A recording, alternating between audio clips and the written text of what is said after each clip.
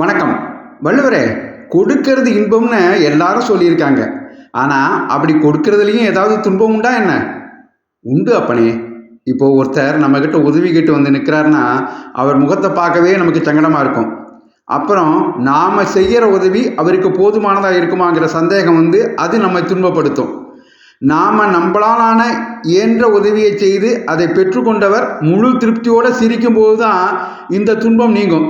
இதைத்தான் இன்னாது இறக்கப்படுதல் இறந்தவர் இன்முகம் காணும் அளவுன்னு ஈகை அதிகாரத்தில் 224வது குறளாக எழுதி வச்சேன். அருமை வள்ளுவரே, இன்னாது இறக்கப்படுதல் இறந்தவர் இன்முகம் காணும் அளவு. நம்மிடம் உதவி பெற வந்தவர் பெற்ற உதவியால் திருப்தியாகி சிரிக்கிற வரைக்கும் நமக்கு மனத்துன்பம் தானே புரிய வச்சு இறப்பவர் சிரிப்பில் இறைவனை காண்போம்னு தெளிவுபடுத்திட்டீங்க. நன்றி வள்ளுவரே. இந்த பகுதி உங்களுக்கு பிடித்திருந்தால் மற்றவர்களுக்கும் பகிருங்கள். திருக்குறள் தெளிவாம் பகுதியை தொடர்ந்து கேட்க பாரதமணி திருநாடு சேனலை சப்ஸ்கிரைப் செய்யுங்கள். நன்றி, வணக்கம், ஜெய் ஹிந்த்.